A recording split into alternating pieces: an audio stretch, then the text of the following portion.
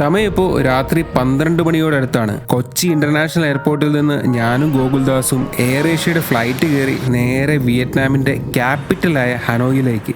തായ്ലൻഡിലെ Bangkok വഴിയുള്ള connection flight ആയിരുന്നു. 7 മണിക്കൂറത്തെ യാത്രയ്ക്കൊടുവിൽ ഹനോയിലെ നോയ് bye international എയർപോർട്ടിൽ നമ്മൾ ചെന്നിറങ്ങി. പക്ഷെ നമ്മുടെ ലഗേജ് നമ്മുടെ കൂടെ വന്നില്ല, മിസ്സായി.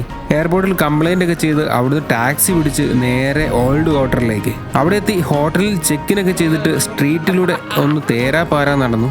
അങ്ങനെ വിയറ്റ്നാമിന്റെ നേറ്റീവ് ഫുഡായ ഫോയൊക്കെ അടിച്ച് വിയറ്റ്നാം കറക്കത്തിന് തയ്യാറെടുക്കുന്ന കാഴ്ചകളാണ് ഈ എപ്പിസോഡിൽ. കൂടാതെ എങ്ങനെ വിയറ്റ്നാം വിസ എടുക്കാം, ട്രാവൽ കോസ്റ്റ് എങ്ങനെ എന്നുള്ള കാര്യങ്ങളൊക്കെ ഉണ്ട് കേട്ടോ. അപ്പോൾ it's me Shabin Shamsuddeen with Gokuldas. Vietnam സീരീസിലെ ഫസ്റ്റ് എപ്പിസോഡിലേക്ക് എല്ലാവർക്കും സ്വാഗതം. ആസ് യൂഷ്വൽ നമ്മുടെ യാത്ര തുടങ്ങിയത് കൊച്ചി ഇന്റർനാഷണൽ എയർപോർട്ടിൽ നിന്നാണ്. എയർപോർട്ടിൽ വന്ന് ചെക്കിനും പരിപാടിയൊക്കെ കഴിഞ്ഞിട്ട് നമുക്ക് ഫസ്റ്റായിട്ട് ചെയ്യേണ്ടത് കറൻസി കുറച്ച് നമ്മുടെ കയ്യിൽ വേണം. അതുകൊണ്ട് നമ്മൾ എയർപോർട്ടിൽ നിന്ന് തന്നെ കുറച്ച് കറൻസി മാറാൻ നോർത്തു. ഇത്ര 50,000 രൂപയ്ക്കില്ലേ? 10 കോടി. ഒറ്റ രാത്രി കൊണ്ട് എയർപോർട്ടിൽ വെച്ച് കോടീശ്വരനായ വ്യക്തിയെ കണ്ട് 10 കോടി വിയറ്റ്നാം ഡോങ്. എയർപോർട്ടിൽ നിന്ന് കറൻസി മാറുമ്പം എന്തായാലും നമുക്ക് കുറച്ച് നഷ്ടങ്ങളൊക്കെ ഉണ്ടാകും. അതൊക്കെ സഹിച്ച് നമ്മൾ നമ്മുടെ കയ്യിൽ ഇരുന്ന ഒരു 50,000 രൂപയ്ക്ക് അടുത്തുള്ള വിയറ്റ്നാം ഡോങ് മേടിച്ചു. കാര്യം 2 പേർക്ക് ഇത്രയും ദിവസത്തെ ചിലവുകൾ കഴിയേണ്ട പൈസ ആയതുകൊണ്ട് അത്രയും നമ്മൾ ട്രാൻസ്ഫർ ചെയ്ത് കൈവച്ചു. ഇമിഗ്രേഷൻ പരിപാടിയൊക്കെ കഴിഞ്ഞ് അകത്ത് കയറിയപ്പോഴാണ് അറിഞ്ഞത് ഫ്ലൈറ്റ് 40 മിനിറ്റ് ലേറ്റ് ആണ്. അപ്പം നമുക്ക് 11:50 രാത്രി 11:50 പുറപ്പെടേണ്ട ഫ്ലൈറ്റ് 12:40 പുറപ്പെടാൻ തീരുമാനിച്ചിരിക്കുന്നത്. ഫ്ലൈറ്റിൽ കയറി എല്ലാം സെറ്റായി. ഫ്ലൈറ്റ് കറക്റ്റ് 12:40 ടേക്ക് ഓഫ് ചെയ്തു. ഈ ഫ്ലൈറ്റ് പോകുന്നത് ഞാൻ നേരത്തെ പറഞ്ഞ പോലെ ഫസ്റ്റ് നമ്മൾ ബാങ്കോക്കിൽ ഒരു സ്റ്റോപ്പ് ഉണ്ട്. ഡോൺ മുയങ് എന്ന് പറഞ്ഞ എയർപോർട്ടിൽ. ബാങ്കോക്കിൽ 2 എയർപോർട്ട് ഉണ്ട്. അതിൽ ഡോൺ മുയങ് എന്ന് പറഞ്ഞ എയർപോർട്ടിൽ സ്റ്റോപ്പ് ഉണ്ട്. അവിടെ നമുക്ക് 1.5 മണിക്കൂർ അല്ല 1.25 മണിക്കൂർ ലേ ഓവർ കിട്ടേണ്ടതായിരുന്നു. പക്ഷേ ഫ്ലൈറ്റ് ഡിലേ ആയതുകൊണ്ട് നമുക്ക് ആകെ 35 തൊട്ട് 40 മിനിറ്റ് വരെ സമയം അവിടെ കിട്ടുള്ളൂ. അപ്പോൾ ഞങ്ങൾ ഇറങ്ങിയിട്ട് ഭയങ്കര ഹറിബറിയിൽ ഓടിയിട്ടാണ് അടുത്ത ഫ്ലൈറ്റ് പിടിക്കാൻ പോകുന്നത്.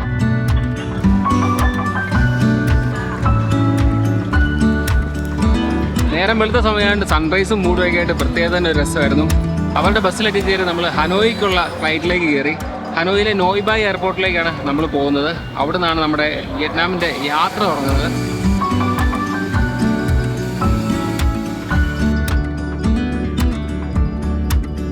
നോയ് ബായ് എയർപോർട്ടിലേക്ക് ഇറങ്ങി ചെക്കൗട്ട് ചെയ്ത് പുറത്ത് വന്നപ്പോഴാണ് അറിഞ്ഞത് നമ്മുടെ ബാഗ് നമ്മൾ വന്ന ഫ്ലൈറ്റിലില്ലായിരുന്നു. പിന്നെ അവിടെ എഴുതി കുത്തിയൊക്കെ കൊടുത്ത് ഇനിയിപ്പോൾ അടുത്ത ഫ്ലൈറ്റിലെ ബാഗ് വരുള്ളൂ. അത് നമ്മുടെ കൈ കിട്ടണമെങ്കിൽ ഒരു 4 മണിക്കൂർ കഴിയും. അങ്ങനെ ബാഗിൻ്റെതായ പണിയൊക്കെ കിട്ടി നമ്മൾ പുറത്തിറങ്ങിയിട്ട് ഇനിയിപ്പോൾ നമുക്ക് ഫുഡിൻ്റെതായ കുറച്ച് കളികൾ കളിച്ചാലോ. വിയറ്റ്നാമിൽ വന്നാലും മസ്റ്റായിട്ട് ട്രൈ ചെയ്യേണ്ട ഒന്നാണ് വിയറ്റ്നാമീസ് കോഫി. നല്ല കടുപ്പമുള്ള നല്ല ചായ, നല്ല കാപ്പി. കടുപ്പുണ്ടോ? നല്ല കടുപ്പുണ്ട്. കിട്ടില്ല സാധനമുണ്ട്. വാവ്, കിട്ടില്ല കാപ്പി. രക്ഷയില്ല കേട്ടോ. പിന്നെ ഒരു പ്രശ്നം എനിക്ക് തോന്നിയത്, നമ്മൾ ഈ കടയിൽ പോയിട്ട് ഓർഡർ ചെയ്യുമ്പോൾ ഈ ലക്ഷത്തിൻ്റെ കണക്കായതുകൊണ്ട് അത് പെട്ടെന്ന് ഇങ്ങോട്ട് കൺവേർട്ട് ചെയ്യാൻ വേണ്ടി ഇങ്ങോട്ട് കിട്ടുന്നില്ല. അതായത് ഏകദേശം 1 രൂപ എന്ന് പറഞ്ഞാൽ 300 വിയറ്റ്നാം ഡോങ് ആണ്. അപ്പോൾ ഈ ലക്ഷങ്ങൾ ബൈ 300 അടിച്ച് കഴിഞ്ഞാൽ നമുക്ക് അതിന് കറസ്പോണ്ടിങ് ആയിട്ടുള്ള റേറ്റ് കിട്ടും. ഇപ്പം നമുക്ക് ഈ കാപ്പിക്ക് ഒരെണ്ണത്തിന് ഏകദേശം 150 രൂപ 160 രൂപ നാട്ടിലത്തെ പൈസ. നമ്മളിപ്പം മേടിച്ചപ്പോൾ 1,10,000 2 കാപ്പിക്കായിട്ട് റേറ്റ് വന്നേക്കുന്നത്. 1,10,000. ഇപ്പോൾ നാട്ടിലെ 336 350 രൂപ റേഞ്ചിലാണ് 2 കാപ്പിക്കായിട്ട്. എയർപോർട്ടിൽ നിന്ന് പുറത്തൊക്കെ ഇറങ്ങിയിട്ട് ഇനി നമുക്ക് റൂമിലേക്കുള്ള വണ്ടി തപ്പി ഇറങ്ങിയതാണ്. അപ്പോഴത്തേക്കിന് നോക്കിയപ്പോൾ ഇവിടെ നിറച്ചും മറ്റേ ടാക്സിക്കാരുണ്ട്.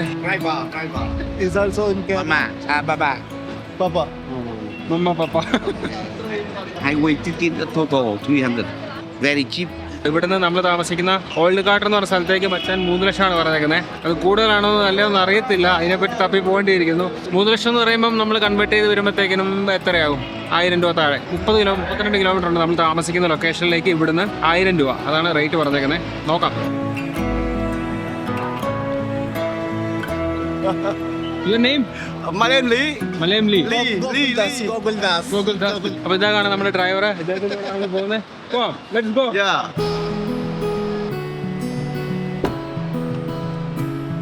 Your name? Malayam Lee. Bruce Lee. We will back to airport after 2 to 3 weeks. Chúng tôi sẽ quay lại sân bay sau 2 đến 3 tuần. Okay? Okay. ഈ ട്രാൻസ്ലേറ്ററിൽ പാടാം. നോയ് ബായ് എയർപോർട്ട് പുറത്തിറങ്ങി ലീ മച്ചാന്റെ കാറിൽ കയറിയിട്ട് ഞാനും ഗൂഗിൾദാസും കൂടി ഓൾഡ് ക്വാർട്ടർ ലക്ഷ്യമാക്കി യാത്ര തിരിക്കുകയാണ്. അതായത് ഇവിടുന്ന് 32 കിലോമീറ്റർ ആണ് നമ്മൾ താമസിക്കുന്ന ഹോട്ടലിലേക്ക്. ഹോട്ടൽ എന്ന് പറഞ്ഞാൽ ഓൾഡ് കാർട്ടർ, ഹനായിലെ ഓൾഡ് കാർട്ടർ എന്ന് പറഞ്ഞിട്ടുള്ള സ്ഥലത്തേക്കാണ്. അവിടെയാണ് നമ്മൾ ഹോട്ടൽ ബുക്ക് ചെയ്തത്. ബിക്കോസ് എല്ലായിടത്തേക്കുള്ള ബസ്സും ബാക്കി ട്രാൻസ്പോർട്ടേഷൻ്റെ അവൈലബിലിറ്റി ഒക്കെ കൂടുതലുള്ളത് ഈ ഓൾഡ് ക്വാർട്ടർ എന്നുള്ള സ്ഥലത്താണ്. അതുകൊണ്ടാണ് നമ്മൾ അവിടെ ഹോട്ടൽ ബുക്ക് ചെയ്തത്. പിസ്സ എടുക്കണമെങ്കിൽ ഹോട്ടൽ വേണ്ട ആവശ്യത ഉള്ളതുകൊണ്ട് ഞാൻ കണ്ണി കണ്ടൊരു ഹോട്ടലാണ് ബുക്ക് ചെയ്തത്. പക്ഷേ ഇപ്പം റിവ്യൂസ് ഒക്കെ നോക്കിയപ്പോൾ അത്ര നല്ലതൊന്നുമല്ല. അപ്പോൾ ഇവിടുന്ന് 32 കിലോമീറ്ററുള്ള യാത്ര തുടങ്ങിയിരിക്കുകയാണ്. കിടില റോഡാണ്.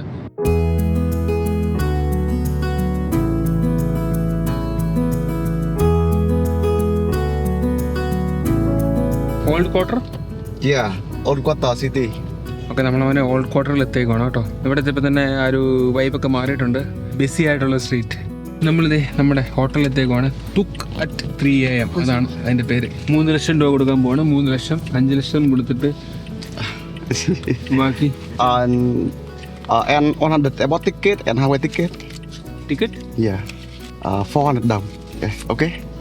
300. 300 taxi and 100 about ticket and highway ticket. Airport ടിക്കറ്റിന്റെ പൈസ നമ്മളെ മേടിച്ചു.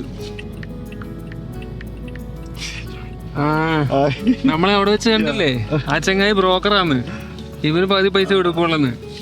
It's me. 250 low about ticket, low highway ticket. അവൻ തന്നെ വന്നിരുന്ന 250 ആവുള്ളായിരുന്നു. ഇപ്പൊ ബ്രോക്കർ ത്രൂ വന്നോണ്ടാണ് നമ്മുടെ 300. അവൻ പകുതി കൊണ്ടുപോയി. നമ്മുടെ ഹോട്ടലിന്റെ ഫ്രണ്ടിലെത്തി ട്രിപ്പ് അങ്ങ് ഓണായ ഒരു മൂഡായി കേട്ടോ. കിടിലൻ സ്ട്രീറ്റ്, ആൾക്കാരൊക്കെ നമുക്ക് പരിചയപ്പെടാനൊക്കെ ഉള്ള ഒരു വ്യഗ്രതയൊക്കെ തോന്നും. അങ്ങനത്തെ ഒരു ഭയങ്കര ഒരു ലൈവ് സംഭവം. Google. Where you got? Google. Your name is Google? You're right from Google. Nice to meet you. We're all over the internet. Where are you from? Kerala, India. From India. India, Kerala. You from? Spain? Spain. Okay. So, what kind of influencer are you? We are travel influencers. Travel. New way of traveling! Can I have a photo with you? Yeah, why not? This is Gogul Das, famous travel photographer from India. Wow. Well, I would love to do India, but by myself. Do you think it's safe for me alone? Everywhere there are some problems, right? Wow. But you you- guys have a lot of followers. നമുക്ക് ഏതായാലും ബാക്കിൽ കാണുന്നതാണ് നമ്മുടെ hotel. തുക്കറ്റ് 3 AM. അറിയത്തില്ല എങ്ങനെയാണ്, കയറി നോക്കാം. ഇത് മറ്റേ കണ്ടിട്ട് ഇതുപോലെ ഉണ്ട് കേട്ടോ, ബാർബർ ഷോപ്പ് പോലൊക്കെ ഉണ്ട്. എവിടോട്ടാണോ ഞങ്ങൾ കയറി പോകാൻ പോകുന്നത്? നമ്മൾ വന്ന് കയറിയ 12 മണിക്കാണ്. റൂമിൻ്റെ ചെക്ക് ഇൻ സ്റ്റാർട്ട് ചെയ്യുന്നത് 2 മണിക്കാണ്. അപ്പോൾ 2 മണിക്കൂർ കഴിഞ്ഞാൽ അവർ അകത്ത് വെച്ചു. അപ്പോൾ നമുക്ക് എന്താ ചെയ്യുന്നത്? ഫുഡ് കഴിക്കാം. ഫസ്റ്റ് നമ്മുടെ വിയറ്റ്നാമിൻ്റെ ഒരു നേറ്റീവ് ഫുഡ് അല്ലെങ്കിൽ നാഷണൽ ഫുഡ് എന്നൊക്കെ പറയുന്ന ഫോ തന്നെ ട്രൈ ചെയ്യാൻ വേണ്ടി പോവാണ്. അപ്പോൾ അവിടെ നമ്മുടെ ഹോട്ടലിൽ നിന്ന് റിസപ്ഷനിസ്റ്റിനോട് ചോദിച്ചപ്പോൾ ഒരു ലൊക്കേഷൻ പറഞ്ഞു തന്നിട്ടുണ്ട്. അങ്ങോട്ട് പോയിട്ട് മറ്റേ സ്ട്രീറ്റ് ഫുഡ് സെറ്റപ്പിലുള്ള ഫോയ ട്രൈ ചെയ്താലോ? ഹനോയിൽ ഈ ഡിസംബർ മാസം ഉച്ചക്കത്തെ ടെമ്പറേച്ചർ എന്ന് പറഞ്ഞാൽ 20 ഡിഗ്രി കേട്ടോ. നല്ല തണുത്ത ചെറിയ കാറ്റ് കടിച്ച് ഒരു പ്രത്യേക ഒരു മൂഡ് നടത്തും. ഫുള്ളപ്പായി, ഫുൾ ഓണായി. ഇതാണ് ഇവിടുത്തെ ഏറ്റവും തിരക്ക് കൂടിയ കടയെന്ന് തോന്നുന്നു. പക്ഷേ ഈ ഉച്ചയ്ക്ക് ഭയങ്കര തിരക്ക് കേട്ടോ എല്ലായിടത്തും. കാരണം നൈറ്റ് ലൈഫ് എന്ന് വെച്ചാൽ നൈറ്റിൽ ഫുഡൊക്കെ അടിക്കാൻ എല്ലായിടത്തും അങ്ങനെയാണല്ലോ കാണാറ്. ഇവിടെ ഉച്ചയ്ക്ക് നല്ല തിരക്കാണ്. പല വെറൈറ്റീസ് ഉണ്ട്. മെയിൻലി ഈ ഫോ എന്ന് പറയുന്ന സാധനം ബീഫ് ഉണ്ടാകും, പോർക്ക് ഉണ്ടാകും. നമ്മൾ ബീഫാണ് ട്രൈ ചെയ്യാൻ പോകുന്നത്. Okay, Chopsticks. അതിലുണ്ടൊരു മെനു കാർഡൊക്കെ വെച്ച് തന്നിട്ടുണ്ട് കേട്ടോ. അപ്പം ബീഫിന് നമ്മളിത് ഫോ വിത്തൗട്ട് പോർക്കെന്നും പറഞ്ഞ് ടൈപ്പ് ചെയ്ത് കൊടുത്തപ്പോൾ എന്തൊക്കെ വന്നിട്ടുണ്ട്. ആളെ വെയിറ്റ് ചെയ്യണം കേട്ടോ. പിന്നെ ഈ മെനുവിൽ എല്ലാം കൊടുത്തേക്കുന്നത് 45,000 VND, 50,000, 75,000, 90,000, അങ്ങനെ 1 ലക്ഷത്തിന് അടുത്ത് VND ഉള്ള ഫുഡുകളാണ് കൂടുതൽ. 1 ലക്ഷം എന്ന് പറയുമ്പം എത്ര ആവും? 300 രൂപ റേഞ്ചിലൊക്കെ ഉള്ളതാണ് ഇവിടുത്തെ ഏറ്റവും കൂടിയ ഫുഡ്. ഇവിടെ ഈ സാധനം മസ്റ്റ് ആട്ടോ, ട്രാൻസ്ലേറ്റർ, അതില്ലെങ്കിൽ നമ്മൾ പെടും. അപ്പോൾ ഇവർ മെനു സിസ്റ്റത്തിൽ പറഞ്ഞേക്കുന്നതിൽ നമ്മൾ ചോദിച്ചു ഏതാണ് സ്പെഷ്യൽ എന്ന്. അപ്പോൾ അതിൽ 2 നമ്പർ പറഞ്ഞു, 4ഉം 8ഉം. ഓരോ പ്ലേറ്റ് പോരട്ടെ എന്ന് പറഞ്ഞു. അങ്ങനെ ഓരോ പ്ലേറ്റിന് വേണ്ടി മിസ്റ്റർ ഗോകുൽ ദാസ് ആൻഡ് ഞാൻ വെയിറ്റ് ചെയ്യുകയാണ്. വന്നിട്ട് അറിയാം എന്താണ്. പിന്നെ അതിൻ്റെ കൂടെ സൈഡായിട്ട് എന്തോ റൈസ് സ്റ്റിക്കോ അങ്ങനത്തെ കാര്യങ്ങളൊക്കെ പറഞ്ഞു. അതായത് പൈസ കൊടുത്തിട്ട് കഴിക്കാമെന്ന് പറഞ്ഞേക്കണേ. അപ്പോൾ 1000 എത്ര? 1,70,000 രൂപ കൊടുക്കണം. നമ്മുടെ 5 ലക്ഷമല്ലേ ഉള്ളൂ. 1,70,000 രൂപ കൊടുക്കണമെങ്കിൽ 5 ലക്ഷം കൊടുക്കണം. ഇത്രയാണ് കേട്ടോ ബില്ല് വന്നത്, 1,70,000 രൂപ. അത് കൺവേർട്ട് ചെയ്ത് നോക്കണം എത്ര ആകുമെന്ന് എല്ലാം കൂടെ. അപ്പോൾ ഇതാണ് നമ്പർ 4 എന്ന് പറയുന്ന സാധനം. അപ്പോൾ അതിൽ കിടക്കുന്നത് ബീഫാണ്, ഇതിലും ബീഫാണ്. പക്ഷേ അതിൻ്റെ അകത്ത് ഇൻഗ്രീഡിയൻസും കാര്യങ്ങളൊക്കെ എന്തൊക്കെയോ വ്യത്യാസമുണ്ട്. പിന്നെ ഇതാണ് റൈസ് സ്റ്റിക്സ്, ഫ്രൈ ചെയ്ത പരിപാടിയാണ്. കഴിച്ചു നോക്കാം. പക്ഷെ ഇത് കഴിക്കുന്നത് എങ്ങനെയാണെന്ന് വെച്ചാൽ ഇവിടെ സ്പൂണുണ്ട്, ചോപ്പ് സ്റ്റിക്സ് ഉണ്ട്, പിന്നെ എന്തൊക്കെയോ കുറേ സോസും കാര്യങ്ങളൊക്കെ ഉണ്ട്.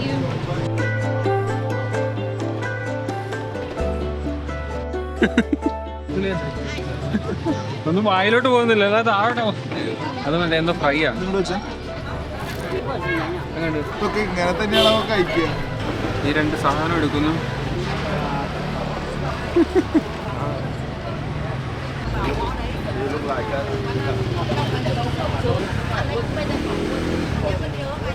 ടേസ്റ്റ് ഉണ്ട്. നമ്മുടെ സാധനമുണ്ട് ചില്ലി ഇത് നാരങ്ങ പിഴിയാം. നമ്മുടെ ലക്ഷ്യം എന്താണെന്ന് വെച്ചാൽ നമുക്ക് ഇഷ്ടപ്പെട്ട രീതിയിൽ ആക്കി എടുക്കണമെങ്കിൽ ഈ പറഞ്ഞ ചില്ലിയും നാരങ്ങയും അങ്ങനെ കുറച്ച് സ്പൈസി ഐറ്റംസ് ഒക്കെ ആഡ് ചെയ്യേണ്ടി വരും. നമ്മളങ്ങനെ ഫസ്റ്റ് ടൈം വിയറ്റ്നാമീസ് ട്രൈ ചെയ്തു.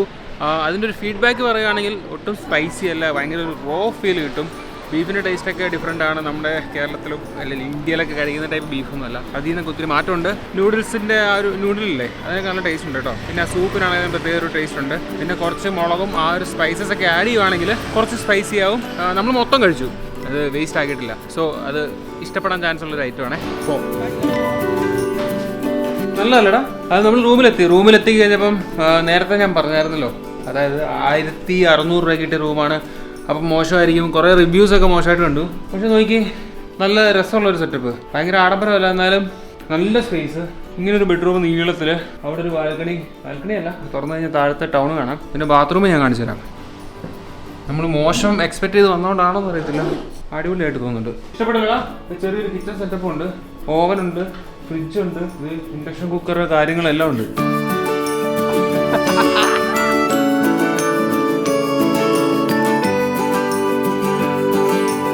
നമ്മളൊരു നടത്തമൊക്കെ കഴിഞ്ഞ് ബോയൊക്കെ അടിച്ചിട്ട് റൂമിൽ വന്ന് ഫ്രഷ് ആയിട്ട് നൈറ്റിൻ്റെതായ കുറച്ച് കാര്യങ്ങൾ പിടിക്കാൻ വേണ്ടിയാണ് ഇനി ഇറങ്ങുന്നത്. ഇനിയിപ്പോൾ എന്താണ്, എഗ് കോഫി ഉണ്ട് ഇവിടെ. എഗ് കോഫി പലതരം കാപ്പികളുണ്ട്. അതിൽ എഗ് കോഫി നമ്മളിപ്പോൾ താമസിക്കുന്നതിൻ്റെ തൊട്ടടുത്ത് തന്നെ ഒരു ഷോപ്പ് കണ്ടു, നല്ല മഞ്ഞ ബോർഡൊക്കെ വെച്ചിട്ട് അങ്ങോട്ട് പോകണേ. പിന്നെ നമുക്ക് ഇവിടുത്തെ ക്യാമറ ആക്സസറീസ് ഒക്കെ കിട്ടുന്ന ഒരു സ്ഥലമുണ്ട്. ഇവിടെ നിന്ന് ഒരു 1.25 കിലോമീറ്റർ നടക്കാനുണ്ട്. അങ്ങോട്ടേക്കും പോകണം, കുറച്ച് സാധനങ്ങളൊക്കെ മേടിക്കാനുണ്ട്. പിന്നെ അങ്ങനത്തെ നൈറ്റ് കുറച്ച് കാഴ്ചകളായിരിക്കും കേട്ടോ ഇനി കാണാൻ പോകുന്നത്. We need 2 egg coffee. Okay,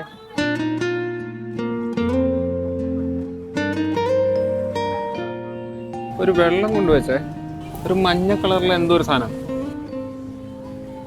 കുടിക്കുമ്പോ പച്ചവെള്ളം പോലെ ഇറങ്ങി കഴിയുമ്പോ നല്ലൊരു എന്തോ ഒരു മറ്റേ സിന്നമണിന്റെ ഒരു ടേസ്റ്റ് ആണെന്ന് തോന്നുന്നു. അപ്പം നമ്മൾ 2 എഗ് ടീ പറഞ്ഞിട്ടുണ്ട്. ഇങ്ങനെ ഫുഡ് എക്സ്പ്ലോർ ചെയ്യുന്ന പരിപാടി ഇങ്ങനെ നടന്നുകൊണ്ടിരിക്കും കേട്ടോ. നമ്മുടെ ഇത്രയും ഒരു 10-18 ദിവസം നമ്മൾ വിയറ്റ്നാമിലുണ്ട്. അപ്പം ഭയങ്കര റിലാക്സ്ഡ് ആയിട്ടുള്ള ഒരു പ്ലാനൊക്കെയാണ് ഇട്ടേക്കുന്നത്. ഓടി നടന്ന് മടുക്കാൻ വലിയ താല്പര്യത്താകുന്നേക്കും. അപ്പം അത്യാവശ്യം സ്ഥലങ്ങളും എല്ലാം കാണണം. അക്കൂട്ടത്തിൽ ഇവിടുത്തെ ഒരു എസൻസ് നമുക്ക് എൻജോയ് ചെയ്യണം. എഗ് കോഫി വന്നിട്ടുണ്ട്, ചെറിയ 2 കപ്പാണ് കേട്ടോ. അത് ഒരു വെള്ളത്തിൻ്റെ അകത്ത് അങ്ങോട്ട് ഇറക്കി വെച്ചേക്കുന്നത്. അത് എന്നാ സംഭവം എന്ന് മനസ്സിലായിട്ടില്ല. അതിന് എന്തെങ്കിലും കഴിക്കാനായിട്ട് പ്രത്യേക രീതി ഉണ്ടോ എന്ന് അറിയത്തില്ല. അതിൻ്റെ മുകളിൽ അവർ ഡെക്കറേറ്റ് ചെയ്തിട്ടൊക്കെ ഉണ്ട്. ക്രീം ഫസ്റ്റ് എടുത്ത് കഴിച്ചിട്ട് അത് ടേസ്റ്റ് ചെയ്തിട്ട് ഫുൾ ഇളക്കാൻ പറഞ്ഞവർ.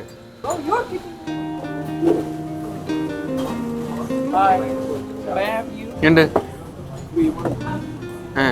Bro, why this is called as egg coffee? No, why this name egg coffee? Because the main thing to make this is eggs, raw eggs. This one? Yeah, exactly. അപ്പോൾ അതാണ് സംഭവം. മുട്ടയിൽ നിന്നുണ്ടാക്കുന്ന ക്രീമാണ്. അവരൊരു പ്രത്യേക പ്രോസസ്സിലൂടെ അതിനെ ക്രഷ് ചെയ്ത് മറ്റേ പതപ്പിച്ചൊക്കെ എടുക്കുന്ന ക്രീമാണ് അതിൻ്റെ മുകളിൽ ഇട്ടേക്കുന്നത്. ഇപ്പോൾ വിയറ്റ്നാമിൽ വന്നിട്ട് ട്രൈ ചെയ്യുന്ന ഫുഡിൻ്റെ കൂട്ടത്തിൽ, അങ്ങനെ ട്രൈ ചെയ്യുന്ന കോഫികളുടെ കൂട്ടത്തിൽ എഗ് കോഫി മസ്റ്റായിട്ട് ആഡ് ചെയ്തു. മസ്റ്റ് ട്രൈ ആണ്. ഇതിൻ്റെ കോസ്റ്റ് വരുന്നത് 55,000 BND ആണ്. അതായത് നാട്ടിലൊരു 186 രൂപ വരും ഒരു കാപ്പിക്ക്. ഓക്കെ,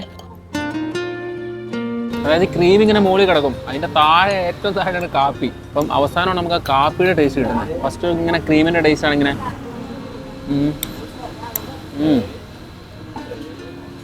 കൊള്ളാം, കിട്ടില്ല സാധനം. ഞാനിങ്ങനെ സെർച്ച് ചെയ്തപ്പോൾ ഇവിടെ നമ്മൾ ട്രൈ ചെയ്യേണ്ട ഒരു 10ഓളം ടൈപ്പ് കോഫികളുണ്ടെന്ന് പറഞ്ഞു. അങ്ങനെ നമ്മൾ വന്നപ്പോൾ എയർപോർട്ടിൽ നിന്ന് ഒരു നോർമൽ കോഫി കുടിച്ചു. ഇതിപ്പോൾ എഗ് കോഫി. ഇനിയുണ്ട് കോഫികൾ കുറേ. ഈ എഗ് കോഫിയുടെ ചരിത്രം അറിയത്തില്ലാതെ ഇങ്ങനെ ഇരുന്നപ്പോഴാണ് അപ്പുറത്തെ ഒരു ഫാമിലി അതിനെപ്പറ്റി പറഞ്ഞു തന്നെ. So the origin of the egg coffee dates back to the Vietnam War, where milk and dairy were rather expensive. So the egg yolk was a substitute for the dairy. So you heat it over water and you put some, I think, sugar and condensed milk, and then it heats up and becomes the creamy layer that you see on your egg coffee right now. Enjoy your time in Vietnam. Yeah, we have almost 18 days here. 18 days. Coffee was awesome, okay?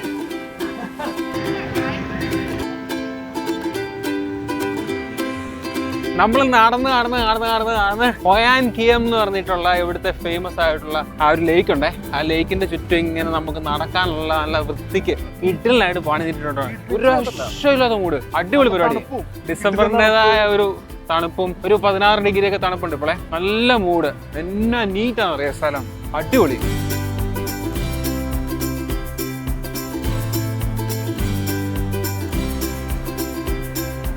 നടക്കുന്ന വഴിക്കൊക്കെ ഇതുപോലെ ചെറിയ ചെറിയ ഹള്ളികളുണ്ട്. ആ ഹള്ളികളിലൂടെ ഒക്കെ ഉള്ളിലോട്ട് കയറുമ്പോഴല്ലോ അവിടെ ഇങ്ങനെ കുറേ ഫുഡ് കോർട്ട്സ് ഉണ്ട്. ഇത് ഭയങ്കര ഒരു പ്രീമിയം ഏരിയ ആണെന്ന് തോന്നുന്നു ഈ ലേക്കിന് ചുറ്റുള്ള സ്ഥലങ്ങൾ.